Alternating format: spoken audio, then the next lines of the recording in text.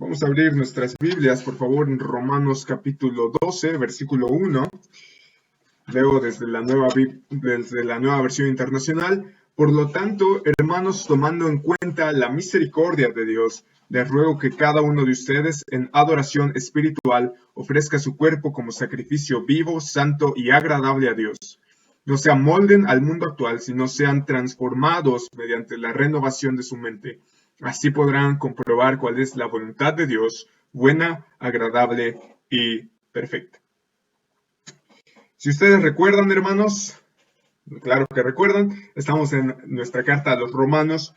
Recuerden que el tema de Romanos se nos ha contado en el capítulo 1, versículo 16, que es: porque no me avergüenzo del Evangelio, pues es poder de Dios para salvación a todo aquel que crea, al judío primeramente, y también al griego, versículo 17, porque en el Evangelio la justicia de Dios se revela por fe de principio a fin, tal como está escrito: el justo vivirá por la fe. Entonces, el tema de Romanos, recuerden, es que en la cruz de Cristo Dios juzga el pecado y al mismo tiempo muestra su misericordia salvadora. Ese es el Evangelio, que es el tema de Romanos.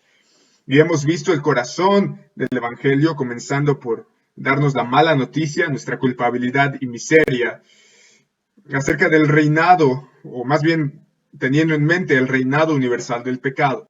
Hemos visto que todos son responsables ante Dios por el pecado, tanto judíos como griegos. Toda la humanidad es culpable, no hay justo ni aun uno, no hay quien entienda, no hay quien busque a Dios. Sin embargo, Dios ha provisto un remedio para ese problema, que es la justificación por gracia mediante la fe en Jesucristo. La justificación solo por fe.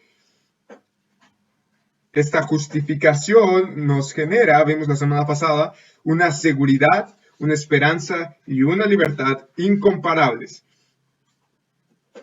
Tenemos una esperanza de gloria, una seguridad de vida eterna y una libertad del pecado, de la esclavitud, una libertad de la esclavitud del pecado, una libertad de la esclavitud de la ley y una libertad de la esclavitud de la muerte. Eso fue lo que vimos la semana pasada. También hemos visto que Dios ha cumplido sus promesas, y eso lo vimos al final del capítulo 11. Y ahora llegamos al capítulo 12, después de una doxología. Y por tanto, esta es la manera en la que Pablo comienza esta última sección de Romanos. Por lo tanto, y ahora vamos a ver, hemos visto el problema, el remedio, los resultados, y esta sesión se llama la respuesta. Nuestra respuesta, si ustedes quieren ponerle 2 puntos, es gratitud por la gracia salvadora de Dios. Nuestra respuesta, gratitud por la gracia salvadora de Dios. Y comienza Pablo, no vamos a ver todos los versículos, con un por lo tanto ¿qué? Tomando en cuenta la misericordia de Dios. ¿Cuál misericordia de Dios? Que como hemos visto nosotros, que éramos pecadores, destituidos de la gloria de Dios, Dios puso un remedio, el sacrificio de Cristo, que se acepta solo por la fe. Bueno, nos pone esa justicia y entonces nosotros podemos tener una seguridad, esperanza y libertad. Esa es la misericordia de Dios, tomando en cuenta la bondad y la misericordia de Dios. Dice: les ruego a cada uno de ustedes, y no solamente a los lectores romanos, sino a cada uno de nosotros. Dice: en adoración espiritual. Esa es la manera en la que hay que hacerlo. Ofrezca su cuerpo como sacrificio vivo, santo y agradable a Dios. Entonces nosotros, cada uno de nosotros, de los que estamos aquí en esta reunión, cada uno de los que está escuchando la grabación, cada uno de los que leen Romanos, debemos ofrecer nuestro cuerpo. Y aquí nuestro cuerpo no solamente es nuestro cuerpo físico, por supuesto que eso lo implica, sino también significa todo, en realidad significa todo lo que somos. Todo lo que somos debe ofrecerse a Dios, aquí está, a Dios, como sacrificio vivo, santo y agradable a Dios. No vamos a examinar cada una de estas palabras, pero basta decir que la palabra sacrificio nos remonta al Antiguo Testamento, donde la ofrenda debía traerse a Dios, y ese sacrificio, a diferencia del Antiguo Testamento, donde mataban animales, este sacrificio es un sacrificio vivo. porque con nuestra vida nosotros adoramos, y es una adoración espiritual, adoramos al Dios vivo. Con nuestra vida, ofreciéndola como sacrificio vivo, adoramos al Dios vivo. Y además dice que este sacrificio es santo. Los santos de Dios ofrecen adoración en santidad, es decir, viviendo en santidad, para agradar al Dios santo. Lo voy a repetir, los santos viven vidas santas para agradar al Dios santo. Y además este sacrificio es agradable a Dios. ¿Por qué? Porque es una adoración espiritual. Recordarán ustedes en Juan capítulo 4 que dice Jesús a la mujer samaritana, los verdaderos adoradores adorarán en espíritu y en verdad. Porque el Padre busca que tales le adoren, ¿cierto? Y luego nos dice, no se queda ahí, cada uno de nosotros debe de ofrecerse como sacrificio vivo, santo y agradable a Dios. ¿Cómo lo hacemos? Pablo sabe que estamos en un mundo caído y nos hace la exhortación. Dado que somos un sacrificio vivo, santo y agradable a Dios, tenemos ese mandato, no se amolden al mundo actual. No se amolden al mundo actual. No traten de encajar como una pieza de rompecabezas que simplemente no entra. No traten de vestirse, y nótese la metáfora, no traten de vestirse como el mundo se viste. No traten de verse como el mundo se ve. No traten de pensar como el mundo piensa. ¿Por qué? ¿Por qué lo digo? Si no sean, ¿qué? Transformados. Transformados. ¿Cómo vamos a ser transformados? Mediante la renovación de nuestra mente. Y eso tiene que ver con Filipenses capítulo 4.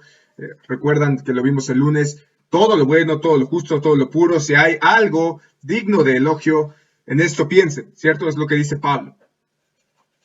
Y la paz de Dios que guardará sus mentes y sus corazones en Cristo Jesús. Entonces, la renovación de la mente que produce que seamos transformados es, por lógica, una obra espiritual, valga la redundancia, del Espíritu. El Espíritu Santo renueva nuestra mente. ¿Y cómo lo hace?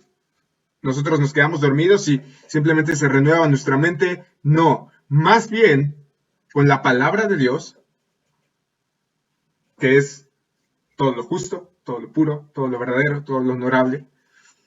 Mediante la palabra de Dios, el Espíritu la utiliza para renovar nuestra mente, de tal forma que nosotros no pensamos como el mundo actual, sino pensamos como Dios.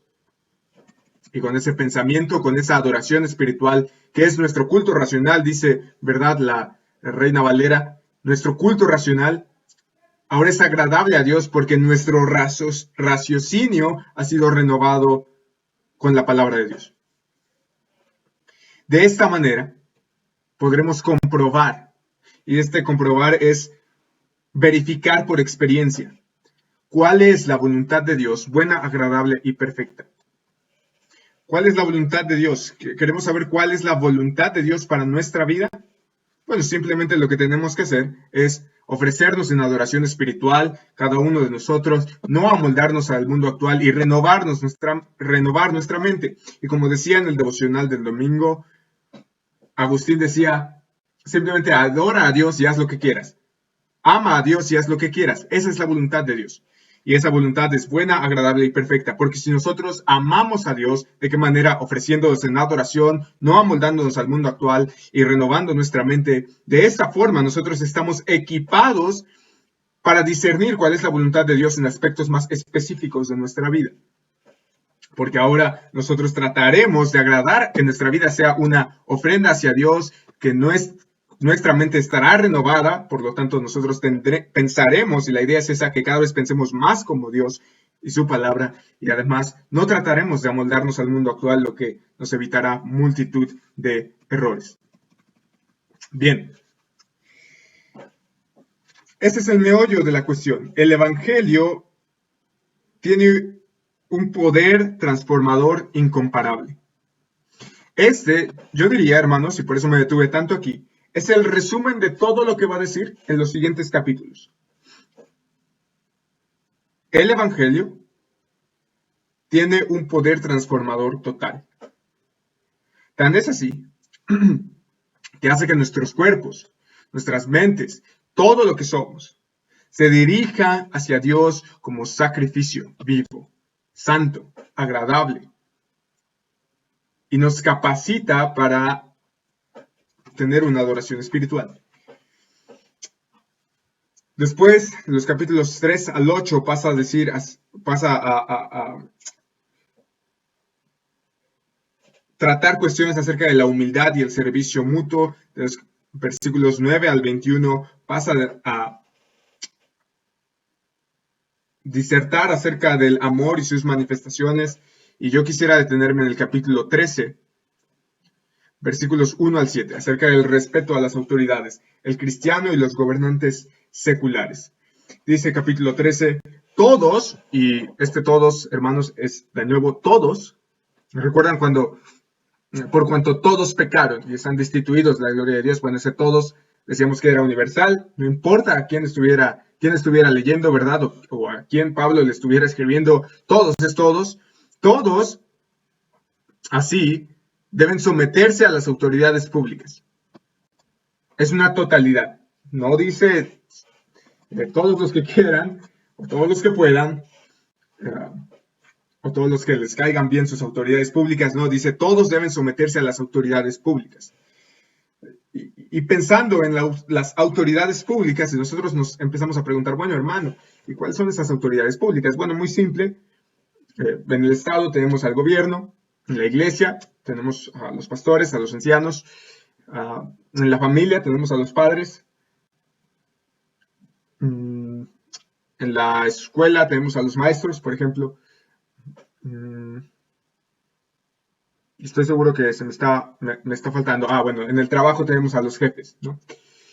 Ese tipo de situaciones son autoridades públicas. Y dice, pues no, y el motivo es el motivo de someterse es pues no hay autoridad que Dios no haya dispuesto. ¿Por qué? Porque Dios es soberano. Así que las que existen fueron establecidas por Él. Y esto tiene implicaciones bastante importantes. Porque si yo tengo un gobernante, si yo tengo una autoridad en el gobierno, si yo tengo un presidente, un senador, un diputado, un juez, Dios lo ha dispuesto. Dios lo ha puesto ahí. Si yo tengo unos padres, Dios los ha dispuesto ahí. Si yo soy padre, bueno, Dios me ha puesto a mí como autoridad en la casa. Si tenemos pastores y ancianos, bueno, Dios los ha dispuesto para ser autoridad en la iglesia. Si yo tengo un jefe, bueno, esa es la autoridad para mí en el trabajo. Si yo tengo un maestro, lo mismo. Si yo soy el jefe, si tengo empleados, bueno, Dios me ha puesto como autoridad. El punto aquí es que Dios las dispone. Fueron establecidas por Él. ¿Por quién? Por Dios. Y entonces dice, por lo tanto, es decir, dado que han sido dispuestas por Dios, dado que Dios las puso ahí, todo el que se opone a la autoridad se rebela contra lo que Dios ha instituido. Y eso es obvio. Los que proceden así recibirán castigo. No habla de un castigo eterno porque capítulo 8, versículo 1, no hay ninguna condenación para el que está en Cristo. Sin embargo, recibirán la justa retribución de desobedecer a la autoridad. Porque los gobernantes no están para infundir terror a los que hacen lo bueno, sino a los que hacen lo malo. Entonces, si nos rebelamos, pues estaríamos haciendo lo malo y por lo tanto recibiríamos castigo. Ahora, la pregunta de Pablo es, ¿quieres librarte del miedo a la autoridad? A lo mejor vives con el miedo del qué dirán, no sé, tus jefes, o el qué dirá, ¿verdad?, el presidente, o qué va a hacer, o los jueces, ¿verdad?, o los senadores, o la policía, o los pastores, o los ancianos de la iglesia. Y si quieres librarte del miedo a la autoridad, haz lo bueno y tendrás su aprobación. Simple, porque ellos están para infundir castigo a los que hacen lo malo. Pero si haces lo bueno, no tendrás ningún tipo de problema, pues está al servicio de Dios y aquí para tu bien. Tenemos presidentes, tenemos jueces, tenemos senadores, diputados, tenemos pastores, ancianos, tenemos padres, tenemos maestros, tenemos jefes para nuestro bien. Y Dios los ha puesto ahí para nuestro bien. ¿Recuerdan Romanos 8:28? A los que aman a Dios, todas las cosas le ayudan para bien. Bueno, la autoridad es parte de ese bien. Pero si haces lo malo, entonces sí debes tener miedo, dice Pablo. No en vano lleva la espada, pues está al servicio de Dios para impartir justicia y castigar al malhechor. Así que es necesario someterse a las autoridades, no solo para evitar el castigo, sino también por razones de conciencia. Versículo 6, por eso mismo pagan ustedes impuestos. La pregunta es si pagamos impuestos. Hermanos, si usted no ha pagado los impuestos, bueno, vaya corriendo, eso es importante. Pues las autoridades están al servicio de Dios, dedicadas precisamente a gobernar. Y notemos aquí que las autoridades están al servicio de Dios, son siervos de Dios.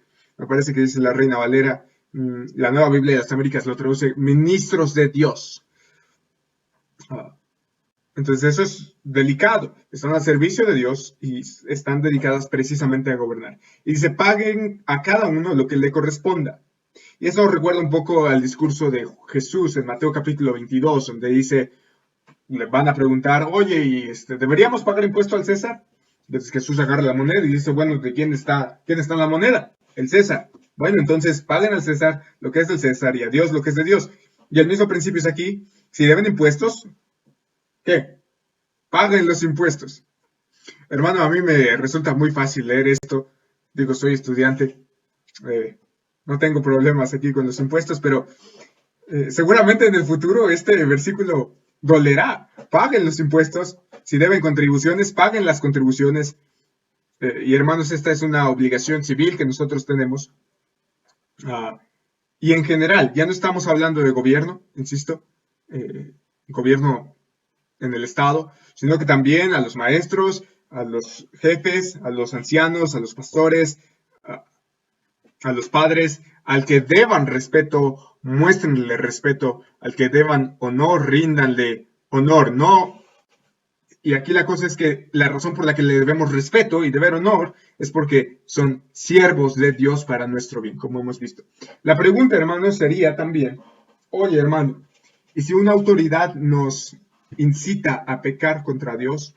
Ahí la deberíamos obedecer incondicionalmente. Leo Hechos capítulo 4,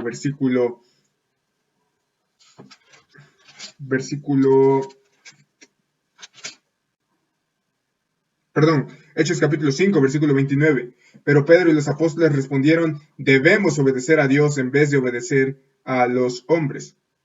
Hablando de que les habían prohibido enseñar en el nombre de Jesús. Y aquí Pedro y los apóstoles responden firmemente, y es algo que Pablo sabía, debemos obedecer a Dios en vez de obedecer a los hombres, como ayer nos contaba, nos daba un ejemplo nuestra hermana Julieta, en el caso de la educación, ¿no? Bueno, posteriormente, después de platicar acerca del cristiano y los gobernantes seculares, los versículos 8 al 10 hablan acerca del amor y la ley, perdón. Versículos 11 al 14 es vivir a la luz del día. Capítulo 14, versículo 1 hasta el 15-13. Aquí me voy a detener. Es acerca de un llamamiento a la unidad, acerca de los hermanos débiles y los hermanos fuertes. Y esta es la parte en la que yo quisiera detenerme esta noche.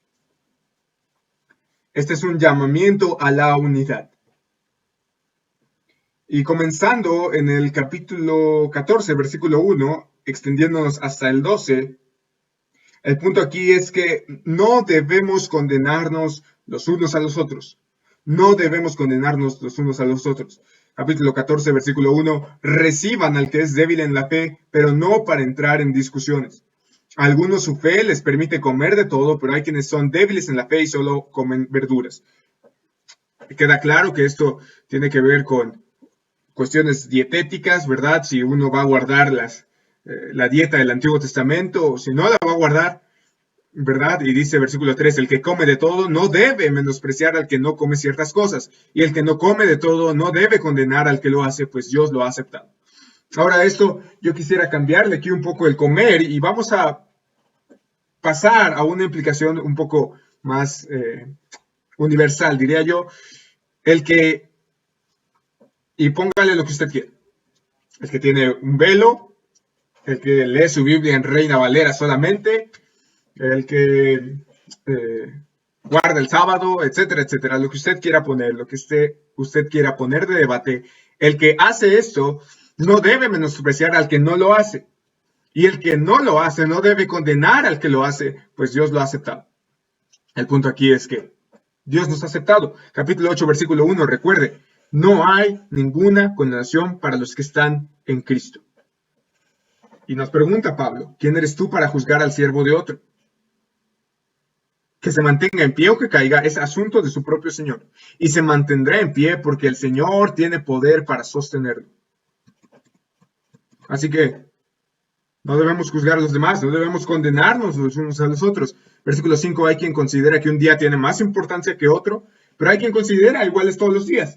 Hay alguien que dice, no, el domingo es el día del Señor. Y entonces el hermano Isaac podría decirme, no, hermano Edgar, todos los días son del Señor, todos los días tienen igual de importancia y dice cada uno debe estar firme en sus propias opiniones. El que le da importancia especial a cierto día, lo hace para el Señor. El que come de todo, come para el Señor y lo demuestra dándole, ¿qué? Gracias a Dios. Y el que no come, para el Señor se abstiene. Y aquí el punto es que también le da gracias a Dios. Porque, y este es el punto, dar gloria a Dios, que cada una de nuestras acciones de gloria a Dios, como veíamos en el capítulo 12, debemos ofrecernos como sacrificio vivo, santo, agradable a Dios, que es nuestro culto racional, nuestra adoración espiritual, porque ninguno de nosotros vive para sí mismo. ¿Recuerdan ustedes el devocional que hicimos el 1 de enero a principios de año? Platicamos de esto, no me voy a extender aquí, porque ninguno de nosotros vive para sí mismo, ni tampoco muere para sí mismo. Si vivimos, para el Señor vivimos, y si morimos, para el Señor morimos. Así pues, sea que vivamos o que muramos o que hagamos cualquier otra cosa, del Señor somos. Así que, hermano, esta es la mentalidad. ¿Recuerdan acerca de renovar nuestra mente? Bueno, esta es la mentalidad. Este es el pensamiento que debe estar en nuestra mente. Que ya no nos pertenecemos a nosotros mismos. Que en cuerpo y alma, en vida y muerte, no nos pertenecemos a nosotros mismos, sino a Jesucristo, nuestro Señor. Ese precisamente es el significado de llamarle Señor al Señor. Que Él ahora es dueño de nosotros. Para esto murió Cristo y volvió a vivir, para ser Señor, dueño, amo, tanto de los que han muerto como de los que aún viven. Tú entonces, esta es la implicación, ¿por qué juzgas a tu hermano? O tú, ¿por qué lo menosprecias? Todos tendremos que comparecer ante el tribunal de Dios. Está escrito, tan cierto como que yo vivo, dice el Señor, ante mí se doblará toda rodilla y toda lengua confesará a Dios. Así que cada uno de nosotros tendrá que dar cuentas de sí, no del otro, de sí a Dios. Versículos 13 al 23 tratan acerca de, recuerden que estos versículos 1 al 12 trataron acerca de no condenarnos los unos a los otros. Los versículos 13 al 23 tratan acerca de no hacer tropezar a nuestros hermanos. Entonces, al principio, el número 1 que vimos para mantener la unidad entre nosotros los hermanos es no condenarnos los unos a los otros. Este segundo que vamos a ver, versículos 13 al 23, es no hacer tropezar a nuestros hermanos. Versículo 13, por tanto, dejemos de juzgarnos unos a otros. Esta no es una recomendación, este es un mandato. Más bien, proponte, hermano, no poner tropiezos ni obstáculos al hermano. Yo de mi parte, dice Pablo, estoy plenamente convencido en el Señor Jesús de que no hay nada impuro en sí mismo. Si algo es impuro, lo es solamente para quien así lo considera. Hablando, insisto, de la comida, de los días, etc. Ahora bien, si tu hermano se angustia por causa de lo que comes, ya no te comportas con amor. No destruyas por causa de la comida al hermano por quien Cristo murió. En una palabra, no den lugar a que se hable mal del bien que ustedes practican. Porque el reino de Dios no es cuestión de comidas o bebidas, no es cuestión de ritos, ¿verdad? Eso lo vamos a ver también en Colosenses, de guardar días, de ritos humanos, etcétera, etcétera, sino de justicia, paz y alegría en el Espíritu Santo. No es acerca, la vida cristiana no consiste en ritos. La vida cristiana consiste en adorar a Dios en espíritu y en verdad. El que de esta manera sirve a Cristo, dice, agrada a Dios y es aprobado por sus semejantes. Este versículo tiene implicaciones impresionantes. Porque si nosotros actuamos de la manera en que dice Pablo, no condenándonos los unos a los otros, no hacernos tropezar, de esta manera cumplimos la ley y los profetas, hermanos. Obviamente en el espíritu. No lo podemos hacer por nuestras propias fuerzas. Esta es una consecuencia de venir a Cristo, de andar en el espíritu, agradar a Dios. ¿Recuerdan cuál es el mandamiento? Amar al Señor nuestro Dios con todo nuestro corazón, con toda nuestra alma, con toda nuestra mente, con todas nuestras fuerzas, y es aprobado por sus semejantes. Amaremos a nuestros hermanos. Amaremos a nuestro prójimo como a nosotros mismos. Precisamente en eso consiste. Por lo tanto, versículo 19, esforcémonos por promover todo lo que conduzca a la paz. Esforcémonos por promover todo lo que conduzca a la paz y a la mutua edificación. Y piensa en ejemplos específicos donde tú en tu iglesia local, hermano, puedes aportar para promover todo lo que conduce a la paz y a la mutua edificación. No destruyas, dice, la obra de Dios por causa de la comida. No destruyas la obra de Dios por causa de tus opiniones. No destruyas la obra de Dios por causa de cuestiones que no tienen trascendencia. Todo alimento es puro. Lo malo es hacer tropezar a otros por lo que uno come. Eso es lo malo, hacer tropezar a otros.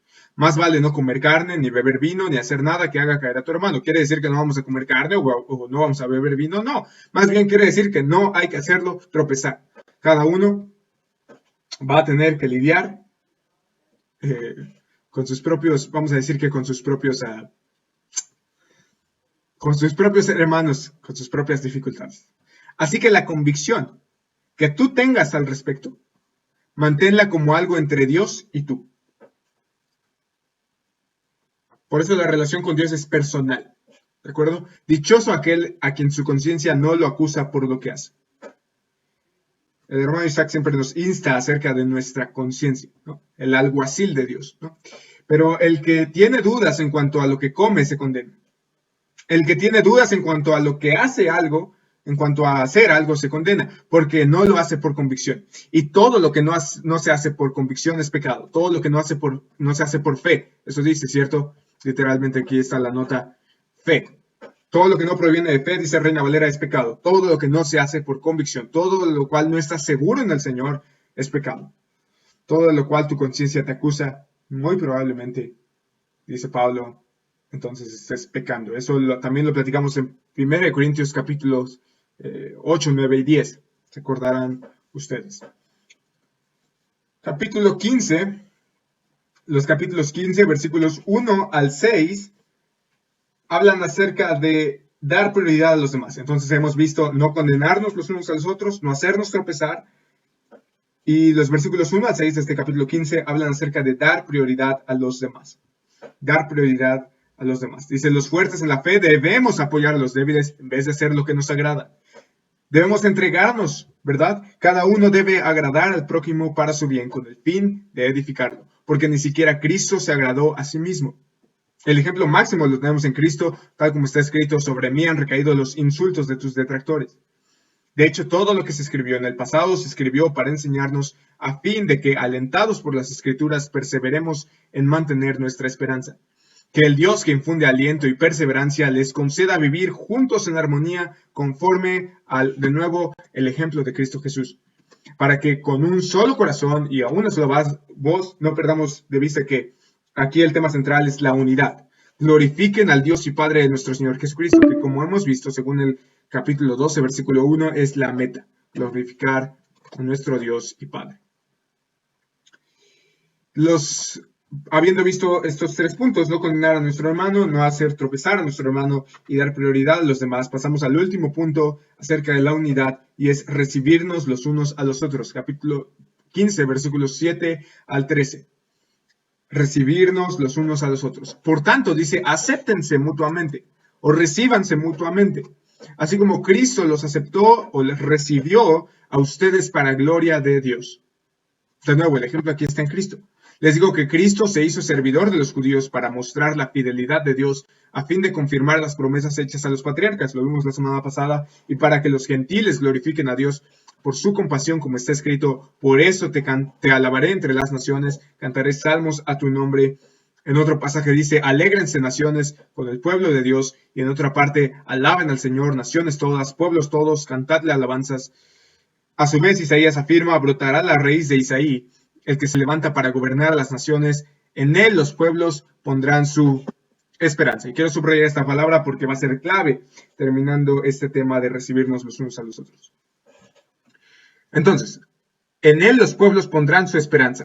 Y luego dice que el Dios de la esperanza los llene de toda alegría y paz a ustedes que creen en él, para que rebosen de esperanza por el poder del Espíritu Santo.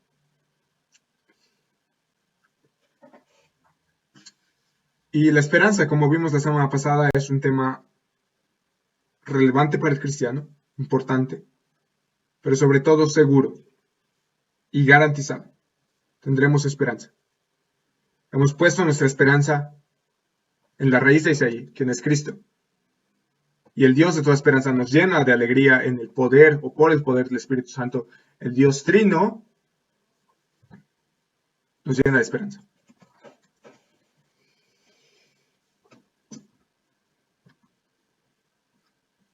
Luego de muchos saludos, terminamos esta carta, versículos 25 y 26 y 27. Versículos 25 y 26 están pegados en nueva versión internacional. Dice así, esta es una doxología final. Y recuerden, doxología significa alabanza. Creo que nosotros, al terminar esta carta, podemos unirnos con Pablo en decir esto.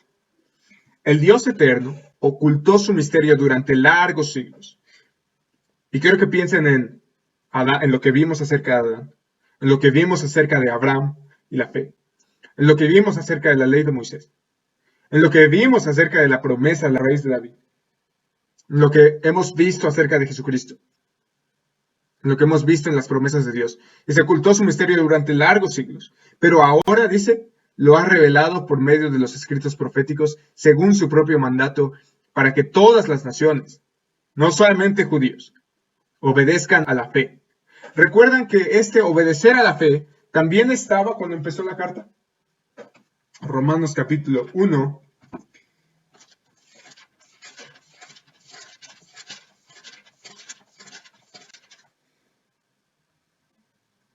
Versículo 5, es por medio de él que hemos recibido la gracia y el apostolado para promover la obediencia a la fe de entre todos los gentiles, de nuevo aquí, de todas las naciones, por amor a su nombre.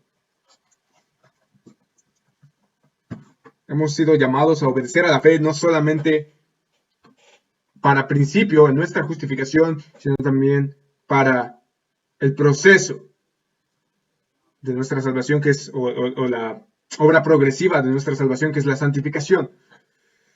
La santificación, la vida cristiana, se debe vivir en la fe. Al que puede, dice, al que puede fortalecerlos a ustedes, conforme a mi evangelio y a la predicación acerca de Jesucristo.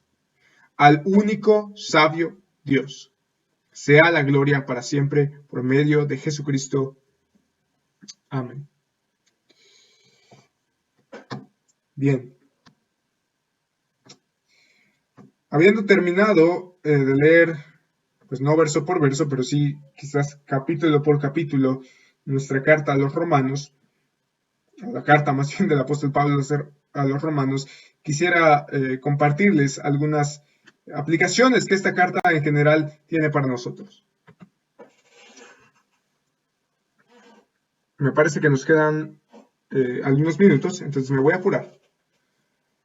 La epístola a los romanos, hermanos, tiene una importancia capital para la historia de la iglesia, o ha tenido.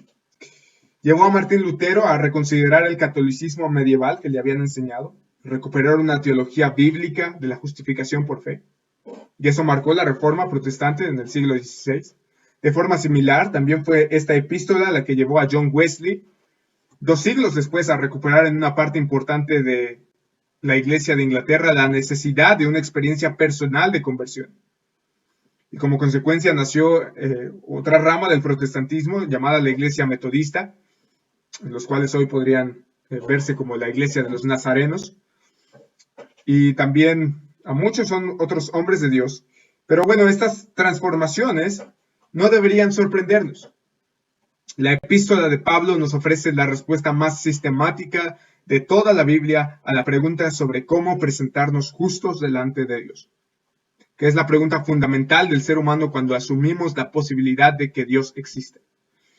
Más aún, si tenemos en cuenta tanto el material teológico como el material ético de esta epístola, Romanos resume la respuesta cristiana a la pregunta sobre cómo podemos averiguar la voluntad de Dios para nuestras vidas, como hemos visto.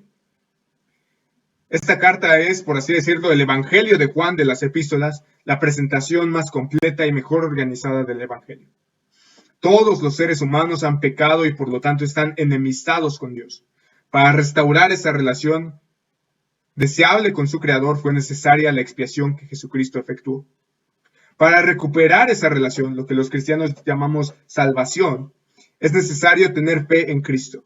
Y la fe en Cristo implica, por un lado, creer en su deidad y su resurrección corporal, y por otro, aceptar que es Señor y someterse a Él, dejando que sea el Señor de todo lo que uno es y hace. No hay obra alguna que tenga la capacidad de salvar de ese modo. Por definición, los que han sido justificados tienen en ellos al Espíritu, que garantiza su transformación y crecimiento en santidad, aunque lo hace de forma diferente con cada persona y el camino no está exento de altos y retrocesos. Esta santificación progresiva culmina en la glorificación final del creyente cuando Cristo vuelva, que consta de la resurrección corporal y por tanto la liberación del cuerpo de corrupción que está destinado a la muerte y de un espíritu moral perfeccionado que no volverá a pecar. Dado que el cambio moral ya empieza a este lado de la eternidad, a los creyentes se les pide que permanezcan en el Espíritu, quien les ayudará a obedecer los mandatos del Evangelio. De forma general, estos mandatos tienen que ver con la pureza física y mental, una entrega y dedicación completa al Señor. De una forma más personal, tienen que ver con el descubrimiento de los dones espirituales y su ejercicio con fidelidad y amor. Y nos recuerdan que la madurez cristiana está caracterizada por la tolerancia gozosa y por animar a otros creyentes a vivir como Dios les muestre a través de su conciencia, en lugar de imponer un puñado de absolutos bíblicos no negociables. Si empezamos a seguir todas estas valiosas verdades que claramente representan la voluntad de Dios para nuestras vidas, entonces estaremos preparados para entender su guía en las cuestiones más complejas a título personal, como dónde trabajar, dónde vivir, con quién casarse o si quedarse soltero, si tener hijos o no, cuándo mudarse, etc. En ocasiones esa guía puede llevarnos a entender que Dios nos está dando la libertad de confiar en lo que se ha llamado el sentido común santificado. Dicho de otro modo, como vimos en Hechos, Dios en muchas ocasiones no muestra su voluntad a través de señales claras, sino a través de un proceso en el que tenemos que explorar numerosas posibilidades, todas ellas formas aceptables de servirle, aunque solo una de ellas se materializará. O en otros casos, simplemente tenemos que escoger de entre todas las actividades que honran a Dios, puesto que en esta existencia caída y finita, solo podemos hacer una serie limitada de cosas, y no podemos estar en un número limitado de lugares. El mensaje de Pablo a los romanos significa que la iglesia debe proclamar que Dios es el dador de la salvación, el don de justicia, y que este don es para todos los que lo reciban por la fe. La iglesia no debe demandar una fe que pueda separarse de la fidelidad. La seguridad no debe afirmarse en la decisión humana, sino en la obra expiatoria y justificadora de Jesucristo. Seguimos. El énfasis temático de la justicia del creyente en Cristo significa que nuestra aceptación y valor delante de Dios no puede ganarse, sino solo recibirse. Lo voy a repetir. El énfasis temático de la justicia del creyente en Cristo significa que nuestra aceptación y valor delante de Dios no puede ganarse, sino solo recibirse. Cuando nos sentimos deprimidos, desanimados o derrotados, debemos recordarnos a nosotros mismos que Dios nos ha reconciliado, nos ha aceptado y nos ha dado valor e importancia a sus ojos debido a la obra de Jesucristo por nosotros. Si estamos cargados de problemas, Pablo nos recuerda que Dios está de nuestra parte y nada nos puede separar del amor de Cristo. Eso, ¿verdad? Lo leímos la semana pasada, Romanos capítulo 8, versículos 31. Entonces, ¿qué diremos a esto? Si Dios está por nosotros, ¿quién estará contra nosotros? El que no negó ni a su propio Hijo, sino que lo entregó por todos nosotros, ¿cómo no nos dará también junto con él todas las cosas? ¿Quién acusará a los escogidos de Dios? Dios es el que justifica. ¿Quién es el que condena? Cristo Jesús es el que murió, sí, más aún el que resucitó, el que además está a la diestra de Dios, el que también intercede por nosotros. ¿Quién nos separará del amor de Cristo? ¿Tribulación, o angustia, o persecución, o hambre, o desnudez, o peligro, o espada? En estas cosas somos más que vencedores por medio de aquel que nos amó, porque estoy convencido de que ni la muerte, ni la vida, ni ángeles, ni principados, ni lo presente, ni lo porvenir, ni los poderes, ni lo alto, ni lo profundo, ni ninguna otra cosa creada nos podrá separar del amor de Dios, que es en Cristo Jesús, Señor nuestro. Entonces, cuando se producen divisiones en la iglesia, debemos volvernos a la exhortación de Pablo sobre el amor mutuo, la preocupación y el servicio de unos hacia otros. Nadie tiene un lugar superior en el cuerpo de Cristo, debido a un valor inherente, una herencia, un logro, ni un trasfondo en particular. Por lo tanto, no hay lugar para la jactancia humana ni para pretender un privilegio especial. Todas las naciones son invitadas a venir a Cristo y no hay condenación para los que están en Cristo Jesús. Eso dice Romanos 8:1. Por tanto, ahora no hay condenación para los que están en Cristo Jesús, los que no andan conforme a la carne, sino conforme al Espíritu. Y yo quisiera cerrar esta noche con Romanos capítulo 1, versículo 16. Creo que ahora podemos decir, teniendo todo este entendimiento del Evangelio, lo mismo que Pablo, porque no me avergüenzo del Evangelio, pues es que poder de Dios, no solamente en el pasado, no solamente en el presente, sino también en el futuro, para la salvación. Salvación pasada con nuestra justificación, salvación presente con nuestra santificación, salvación futura con la glorificación de todo el que cree. No importa si es judío, no importa si es griego, versículo 17, porque en el Evangelio, el mensaje de que en la cruz Dios juzgó el pecado y al mismo tiempo mostró su misericordia salvadora. En ese Evangelio la justicia de Dios se revela por fe y para fe, por fe de principio y por fe hasta el final. Como está escrito, mas el justo por la fe vivirá. Nosotros fuimos justificados por la fe. Pero ahora que Dios nos ha declarado justos ante sus ojos, vivimos también por la fe. Andamos por fe, no por vista. Gracias al Señor por su precioso evangelio.